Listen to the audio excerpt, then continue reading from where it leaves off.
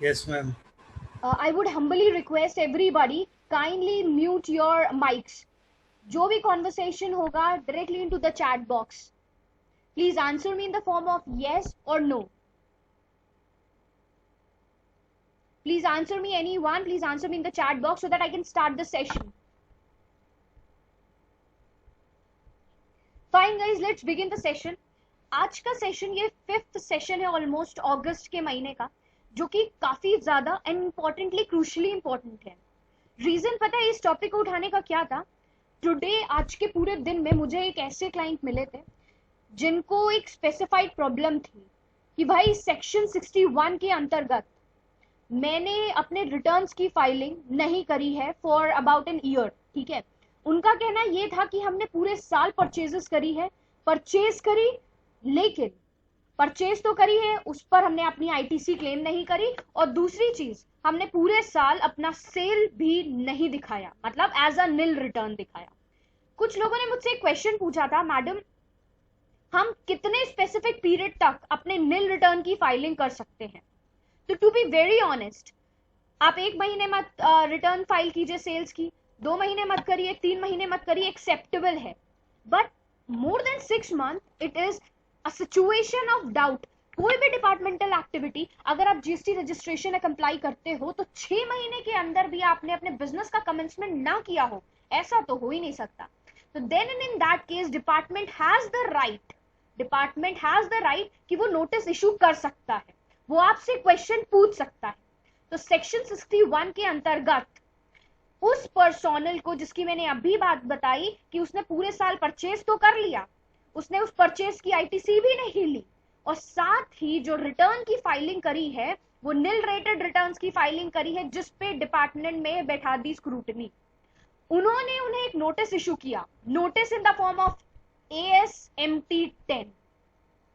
तो आज जो हमारा सेशन है ना, वो पूरा इसी पे बेस्ड होने वाला है कि ये ASMT 10 का फॉर्म क्या है, एंड दैट टू इसका रिप्लाई कैसे कर देते हैं अगर ये फॉर्म, ये नोटिस आपके पास या आपके क्लाइंट्स के पास इशू हो जाता है. तो बेयर बेसिक सारी डिटेल्स को मैं यहाँ पे बताऊंगी स्टेप बाय स्टेप कि भाई स्क्रूटनी डिपार्टमेंट जीएसटी गवर्नेंस आपको कब इशू करता है, कब स्क्रूटनी की बात चली आती है, कब एएसएमटी का फॉर्म नोटिस इशू हो जाता है आपके लिए, और आपको कैसे उसका रिप्लाई करना है, और अगर आप रिप्लाई नहीं करते हैं तो उसके क्या क्या मेजर कॉन्सिक्वेंसेस हो सकते हैं.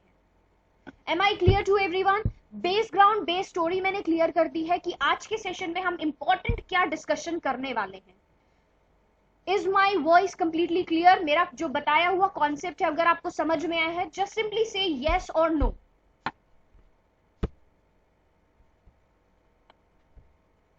मूविंग टूवर्ड्स अहेड, ये जो बेसिकली एएसएमटी का फॉर्म होता है ना, स्क्रूटनी, सीधी सी बात अगर मैं बताऊं तो जब भी कभी डिपार्टमेंट को ये डाउट होता है ना कि इस बंदे ने समझ लो जीएसटी रिटर्न की फाइलिंग साल भर नहीं करी है, सेल्स ही नहीं दिखाया, सेल का रिटर्न ही फाइल नहीं किया, निल रेटेड किया, तो डाउट की तो सिचुएशन दिमाग में पैदा हो जाती है ना.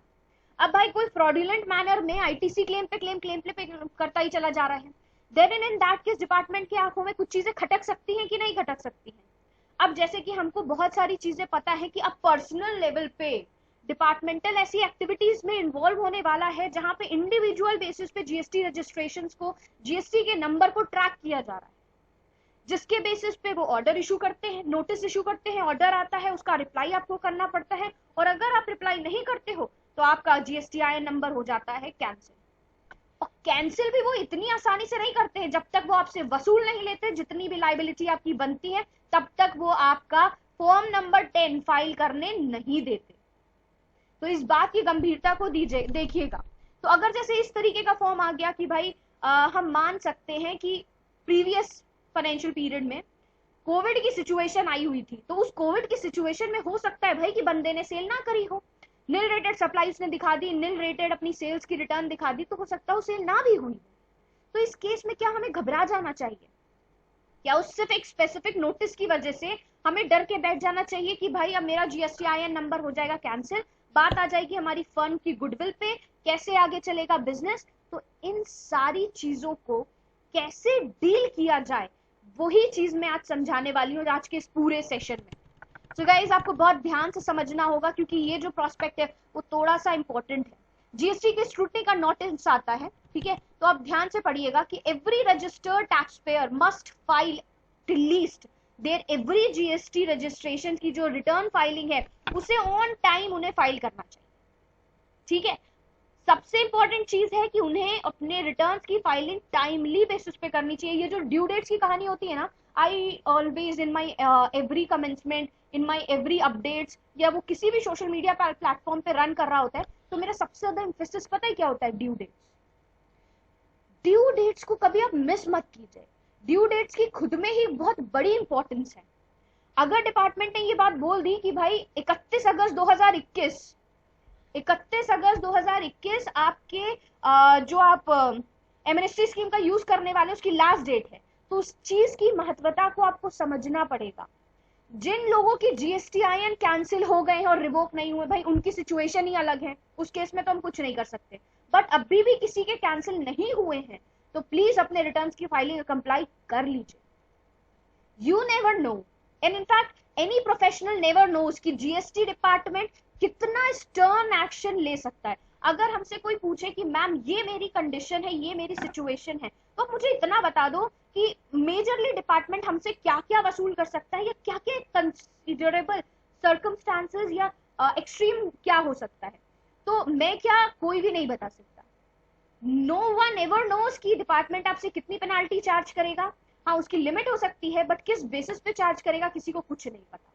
आपको कितने केसेस से डेल्ट करना पड़े ये भी नहीं पता है। तो it is all about the government activities. तो हमारी रिस्पॉन्सिबिलिटी है कि हम अपने रिटर्न्स की फाइलिंग परफेक्ट एक्यूरेट फॉर्म से करें और एक ढंग के प्रोफेशनल से कराएं, क्योंकि इधर से भी एक प्रॉब्लम है कि जिस भी प्रोफेशनल से आप अगर खुद से रिटर्न की फाइल कर रहे हो तो आईपी एड्रेस ट्रैक होगा। इंपॉर्टेंटली आपको सारी डिटेल्स करेक्ट फॉर्म में ही भरनी है। आज का मैटर ऑफ कंटेंट सबसे इंपॉर्टेंट जो था वो मैंने बताया कि भाई अगर आप रिटर्न्स की फाइलिंग कर रहे हो तो करेक्ट फॉर्म में करो, ठीक है।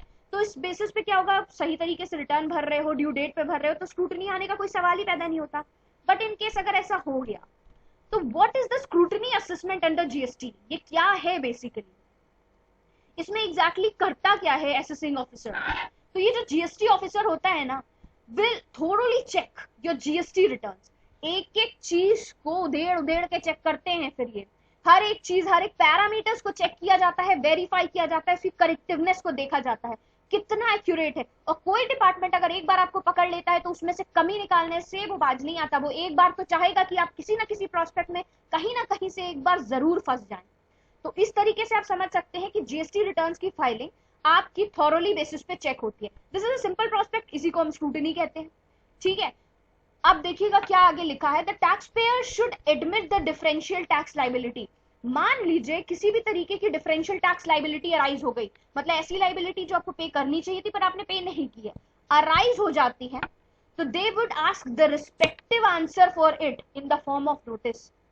वो पूछेंगे ऐसा क्यों हुआ और आपको एक्सेप्ट करना पड़ेगा उसे। या तो आप डिफरेंशियल अमाउंट पे कीजिए, नहीं तो रेडी रहिए फॉर द फर्दर एक्शन जो कि आपका एएसएमटी फॉर्म 12 के अंतर्गत आएगा। अब देखिए सिचुएशन क्या क्या हो सकती है। If a tax payer do not पे द टैक्स और प्रोवाइड एनी एक्सप्लेनेशन, ठीक है, मान लीजिए किसी भी टैक्स पेयर ने अपनी टैक्स की लाइबिलिटी को पे नहीं किया और साथ ही ना ही उस नोटिस का उसने कोई जवाब दे ही दी। पहली सिचुएशन तो ये है, हमने अपने रिटर्न की फाइलिंग नहीं करी है, सही तरीके से नहीं करी है और उसमें कुछ गलती आ गई है, स्क्रूटनी के टाइम पे नोटिस आ गया, स्क्रूटनी बैठनी है, हमने उसका प्रॉपर एक्सप्लेनेशन भी नहीं दिया, and that to majorly important, the tax payer do not reply और restrict the discrepancies within the 30 days of the issue of notice. Notice आया, 30 दिन के अंदर आपको रिप्लाई देना बनता है। अब मैं बताऊं, वो जो स्पेसिफिक क्लाइंट था हमारा, तो 2 दिन बचे थे, 15 अगस्त को उनका वो 30 दिन लैप्स करने वाला था, ठीक है। तो हमने हाथ उठा दिए कि भाई मैडम सर हम ऐसा केस नहीं डेल्ट करेंगे। आपके सारे रिटर्न्स की फाइलिंग जिस आईपी एड्रेस से हुई है, जिस सिस्टम से हुई है, जिस पैनल से हुई है, आप उसी चार्टर्ड अकाउंटेंट्स को बोलिए कि आपके रिटर्न नोटिस का रिप्लाई करे विद इन 2 days। रिप्लाई सही होगा नहीं होगा, ऑप्टिमम है या नहीं है, डिपार्टमेंट इससे सेटिस्फाई होता है या नहीं होता है, वो अनदर प्रोस्पेक्ट है, हम उसकी तरफ तो भी जा ही नहीं रहे। बट आपका सबसे इंपॉर्टेंट रिस्पॉन्सिबिलिटी ये है, अगर आप सीए हैं, सीएस हैं या कोई भी प्रोफेशनल है, नोटिस आता है तो with in the time period matters, time period के अंदर आपको उसका रिप्लाई देना ही देना, 30 दिन के अंदर। The reply submitted and it's not satisfactory to the tax officer, tax officer को ये सैटिस्फैक्टरी लगा ही नहीं, तो सैटिस्फैक्टरी नहीं लगा तो उसकी कई सारी सिचुएशंस हो सकती है, कोई भी सिचुएशन हो सकती है कि भैया टैक्स ऑडिट कराना पड़ेगा, conduct of a tax audit होगा भाई अंडर सेक्शन 65, ठीक है, बहुत सारी सिचुएशंस हो सकती है कि उसको सेटिस्फाइंग नहीं लग रहा। अब आप समझिएगा कि इसका ऑब्जेक्टिव क्या होता है। ऑब्जेक्टिव भाई सीधी सी बात है, आप स्क्रूटनी इसीलिए करते हो जिससे authentification, reliability of any business किसी भी ग्राउंड की आपको ठीक ठाक लगे, आप सही तरीके से आईटीसी ले रहे हैं, आप सही तरीके से परचेज इनवॉइसेस बना रहे हैं, सेल इनवॉइसेस बना रहे हैं, टाइमली बेसिस पे रिटर्न की फाइलिंग करते हैं। स्क्रूटनी और डिपार्टमेंट को इसके बारे में अगर सही से नहीं पता है तो उसी चीज को चेक करने के लिए वो मेजरली स्क्रूटनाइज करता है किसी भी जीएसटी आईएन को। नेवर द मैटर कि वो जीएसटी आईएन कोई बड़ा सा पर्सोनल है, बड़ा बिजनेसमैन है या छोटा बिजनेसमैन, स्क्रूटनी किसी भी कंसर्न पर्सन के अंदर, किसी भी रजिस्टर्ड जीएसटी आईएन के अंदर, जीएसटी नंबर के अंदर हो सकती है। अब आगे बात आती है कि मान लीजिए कि भाई इशू हो गया नोटिस, हमने अपने आईटीसी को गलत तरीके से क्लेम किया या रिटर्न की फाइलिंग टाइमली बेसिस पे नहीं की, तो डिपार्टमेंट ने हमको इशू कर दिया एएसएमटी का 10 फॉर्म, ठीक है। अब क्या करें, अब इस सिचुएशन में क्या किया जा सकता है, तो फॉर्म क्या है, a scrutiny notice is issued in the form of ASMT 10। तो ये जो स्क्रूटनी का फॉर्म होता है, मैं रिपीट करूंगी, ये जो स्क्रूटनी के लिए अगर डिपार्टमेंट डिमांड करता है तो वो हमेशा डिमांड करेगा in the form of ASMT 10, intimating the discrepancies, वो बताएगा कि क्या क्या दिक्कत है, उनसे क्या फील हो रहा है कि भाई जीएसटी, आपके जीएसटी नंबर के अंदर ये गलती है। तो उस केस में वो आपसे इंटरेस्ट की डिमांड करेगा, वो आपसे पेनाल्टी की डिमांड करेगा, और इस केस में आपको जो रिप्लाई देना है वो रिप्लाई देना in the form of ASMT 11। यहां तक बात समझ में आई? Please answer me in the form of yes or no so that I can further proceed.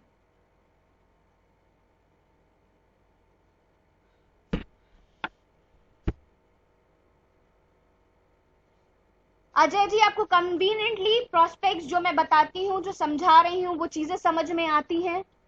Shubham ji, आपको समझ में आ रही हैं?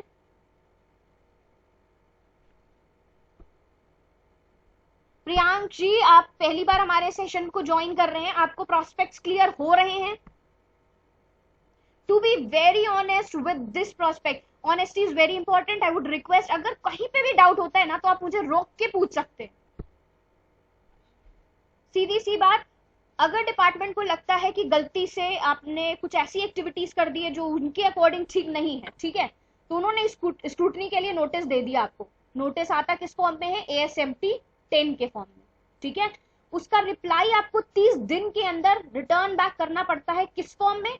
एएसएमटी फॉर्म 11 के अंतर्गत, ठीक है। आगे देखिएगा मोड क्या हो सकता है, tax officer can send you the notice, SMS भी भेज सकता है, आपको मेल भी किया जा सकता है। अब यहां पे मैं एक इंपॉर्टेंट बात और शेयर करना चाहूंगी, बहुत से ऐसे प्रोफेशनल्स हैं जो जब भी अपने जीएसटी रिटर्न के लिए वो अप्लाई करते हैं फॉर इट्स ओन क्लाइंट्स, तो ज्यादातर प्रोफेशनल्स ऐसा करते हैं कि अपनी रिस्पेक्टिव मेल आईडी डाल देते हैं कि भाई कौन उनसे सर खपाने जाएगा जब हम रिटर्न की फाइलिंग करेंगे, कौन उनकी डिटेल्स बार बार फोन कर करके लेगा। इस जगह मैं उन्हें इंटरप्ट करना चाहूंगी कि जैसी डिटेल है, चाहे कितनी ही मुसीबत क्यों ना आए, सारी डिटेल उन्हीं के सर चढ़ाइए। अभी यहाँ पे मैं डेली बेसिस पे बैठती हूँ तो कभी क्लाइंट के प्रॉफिट की बात करती हूँ, तो कहीं पे अपने प्रोफेशनल्स के पॉइंट ऑफ व्यू की बात करती हूँ, आखिर कि मैं भी एक प्रोफेशनल हूँ। तो ये चीजें मुझे बिल्कुल क्लियर रहती हैं कि भाई अगर मुझे ईमेल देना है, लेना है, तो मैं उन्हीं का लूंगी, मैं अपनी प्रदा लीगल स्टार की ऑफिशियल मेल आईडी का यूज नहीं करूंगी। Reason behind very simple, very apt and simple है कि भाई अगर कोई ऐसी प्रॉब्लमैटिक सिचुएशन आ जाती है, कोई ऐसा नोटिस आ जाता है जो उनके मेल पे आया है, और बाय द चांस, भाई we are the humans as well, हम ह्यूमैनिटेरियन एक्टिविटीज में इन्वॉल्व होते, हो सकता हो ये स्किप ऑफ हो जाए हमसे, तो इस केस में क्लाइंट तो सीधे हम पे क्वेश्चन करेगा कि मेरा प्रोफेशनल ये बंदा है, इसके पास कॉन्फ़िगर्ड है हमारी मेल आईडी, तो आप इनसे पूछ सकते हैं। So who नोज कि हमारे ऊपर किस तरीके के कैसे रिस्पेक्टिव एक्शंस लिए जा सकते हैं, वी नेवर नो। तो इसीलिए इंपॉर्टेंटली जो भी रिकॉर्ड्स आते हैं, जो भी डिटेल आती है, चाहे आप किसी भी पर्सनल की हेल्प लें, लेकिन करेक्ट फॉर्म में उनकी मेल आईडी चढ़ाएं, उनका कॉन्टैक्ट नंबर चढ़ाएं। हर जगह 1000, 1200, 1500, 2000 के लिए अपने सर पे सरदर्दी डिपार्टमेंट के साइड से नहीं लेनी चाहिए। This is my personal point of view.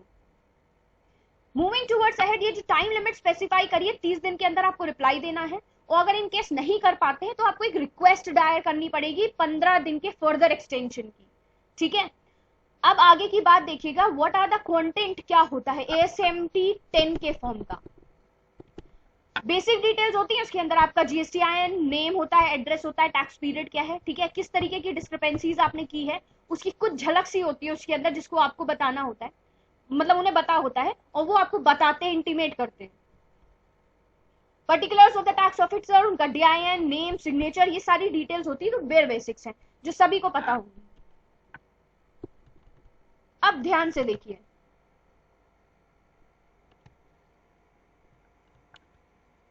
ये टेबल फॉर्मेट में आप समझ पाएंगे शायद मोर क्लियर। फॉर्म आया ASMT 10 के फॉर्म में, ठीक है, आपको रिप्लाई करना है ASMT 11 के फॉर्म में, ठीक है। तो अब क्या हो सकती है सिचुएशन, रिप्लाई हो भी सकता है, रिप्लाई नहीं भी हो सकता है। तो रिप्लाई अगर नहीं होता है तो proper official set following options, उनके पास ये सारे ऑप्शंस होते हैं, वो इंटीमेट कर सकते हैं proceedings under section 73 and 74। Non fraudulent and fraudulent activities होती है इन दोनों सेक्शंस की, ठीक है। या तो फिर वो रेकमेंड कर सकते हैं, इंटीमेट कर सकते हैं प्रोसीडिंग्स अगेंस्ट सेक्शन 65, 66 एंड 67, ठीक है। अगर फर्दर बात की जाए, अगर आपने 30 दिन के अंदर कम्युनिकेट कर दिया it is well and good, वरना एक्सटेंशन भी मिल सकता है। और अगर आप किसी भी तरीके की कोई भी एक्टिविटी फॉर्मुलेट नहीं करते हो, ना नोटिस का रिप्लाई करते हो, ना एक्सटेंशन की डिमांड करते हो, then and in that case conclusive proceeding file करता है department in the form of ASMT 12। Last action है ये। अब सीधी सी बात आती है कि हमारे पास आ गया नोटिस, हमें करना है reply in the form of ASMT 11 के अंदर। तो आप क्या करोगे, डैशबोर्ड पे जाना है, सिस्टम पे और लॉग इन करना है, सर्विसेज में आना है, सर्विसेज में आने के बाद view additional notice and order. View additional notice and order, ये पहले आइकन नहीं था, पहले सिंबॉलिक डिटेल नहीं थी, अब आने लगी है पोर्टल पे। तो यहाँ पे आप view additional notice and order पे जाओगे, तो आपको यहाँ पे, ये मुझे स्क्रीन इसलिए दिखानी पड़ रही है क्योंकि हर किसी को तो ये नोटिस नहीं आता, ठीक है। तो हर किसी को नोटिस नहीं आता, तो ये अब देख लो कि इस तरीके से नोटिस आता है। अब भाई जिस भी बंदे के व्यू एडिशनल ऑर्डर किया तो उसको इतने सारे नोटिस एंड ऑर्डर आए हुए हैं, तो आपने अपना वाला चूज किया जिसमें ASMT 10 का फॉर्म है, उसको आपने ध्यान से जाके क्लिक करके देख लिया। कहाँ जाना है, सर्विसेज में जाना है, view additional notice and order को जाके क्लिक करना है, और उस वाले ऑप्शन को जहां पे ASMT 10 का फॉर्म है उसको जाके खोल देना है, ठीक है। अब यहाँ पे लिखा हुआ है रिस्पॉन्ड कैसे करोगे, ठीक है। Before submitting the reply to the tax officer, reply भेजने से पहले पहले कुछ बातों का माइन्यूटली ध्यान रखना पड़ता है। चेक क्या करना है, सारे पार्टिकुलर्स जो आपने एंटर किए हैं, सारे पार्टिकुलर्स ऑफ द नोटिस को एग्जामिन करना है, ठीक है। अगर कोई डिफरेंशियल लाइबिलिटी है तो उसे पे ऑफ करना है, ठीक, प्रॉपर फॉर्म में। दो सिचुएशंस यहाँ पे अराइज हो सकती हैं, आइदर जो भी नोटिस आया है उसको आप एग्री करोगे, एडमिट करोगे, the tax dues as per the notice and already paid. दो सिचुएशन होती हैं, अगर नोटिस आया तो आप उसको एक्सेप्ट करके उस चीज को पे ऑफ करके फर्दर प्रोसीड करते हो, और अगर नहीं होता है, यहाँ पे लिखा है ना कि एग्रीज और admit the tax dues as per the notice but yet not paid it, उसने एक्सेप्ट तो कर लिया बट पे नहीं किया, ठीक है। तो पे नहीं किया, will pay either in the following option, reply के फॉर्म में उसको इस तरीके से मतलब पे the tax in the form of DRC 03, उसको एक्सेप्टेंस देना है और पेमेंट करना इन दिस फॉर्म, ठीक है। या डेबिट नोट हो सकता है, अमेंडेड इनवॉइस हो सकता है, ITC का रिवर्सल GSTR 3B के थ्रू, तो ये सारे मोड्स हैं। अगर आपकी डिटेल आती है, स्क्रूटनी होती है, तो आपको पेमेंट करना है। Now you can see here, जब आप वहां पे जाके क्लिक करते हो ना, तो आपको यहाँ पे मिलेगा रिप्लाई, प्रॉपर रिप्लाई करना है। रिप्लाई वाले डैशबोर्ड पे रिप्लाई क्लिक करोगे, वहां पे आपको एडिशनल नोटिस मिलेगा, नोटिस पे जाके उसको क्लिक करना है। नोटिस पे जब आप क्लिक करोगे तो यहाँ पे आपको जो दिखेगा ना, वो सारी डिटेल्स लिखी होती हैं नोटिस की, कि नोटिस क्यों आया है, और ये स्पेसिफाइड रीजंस हो सकते हैं। Pending for the action by the tax officer, ये जो नोटिस है इसके अंदर की जो डिटेल अगर आपने रिप्लाई कर दिया है तो इसके अंदर ये चीजें शो कर सकती हैं कि pending for the action for the tax officer, या हो गया है, सारी चीजें सेटल ऑफ हो गई हैं, डिपार्टमेंट को समझ में आ गया आपका प्रोस्पेक्ट, तो वो क्लोज भी हो सकता है। ठीक है, pending for the reply off the tax pair, ये कोई भी सिचुएशन फॉल कर सकती है उसके अंदर जब आप ये खोल के देखते हो तो। ठीक है, तो आपको चीजें समझ में आ रही है क्या होता है। अब रिप्लाई करना है तो रिप्लाई कैसे करोगे, नोटिस टाइप किया, डेट यहाँ पे मेंशन करनी है, ठीक है, रेफरेंस नंबर क्या है वो डालना है, प्रॉपर रिप्लाई भेजना है, मंथ डेट ईयर स्पेसिफाई करके चूज करनी है वो फाइल जो आपने तैयार करी है रिप्लाई के लिए, उसको करना है proceed.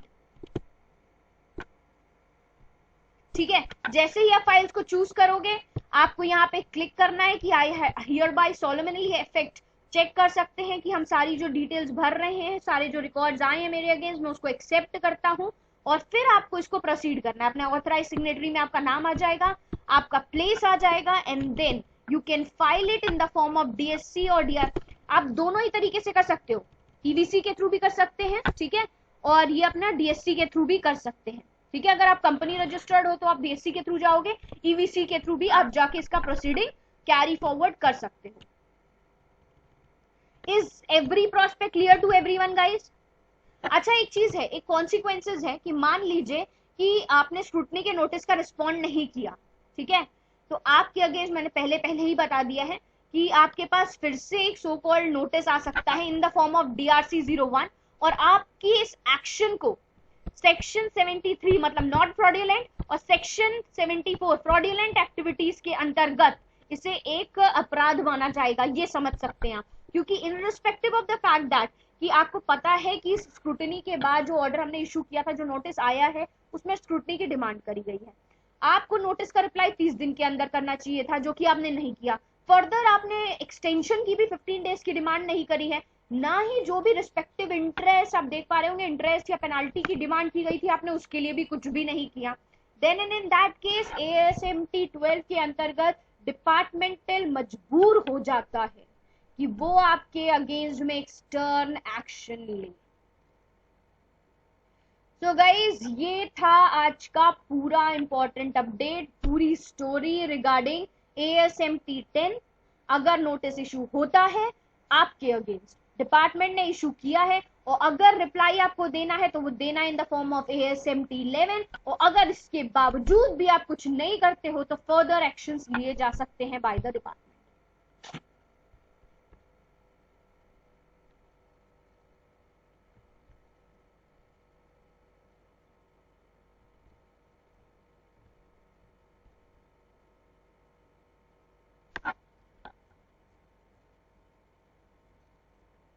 When we reply, if the GST notice DIN number is mentioned correct, yes, DIN number is mandatory, important है।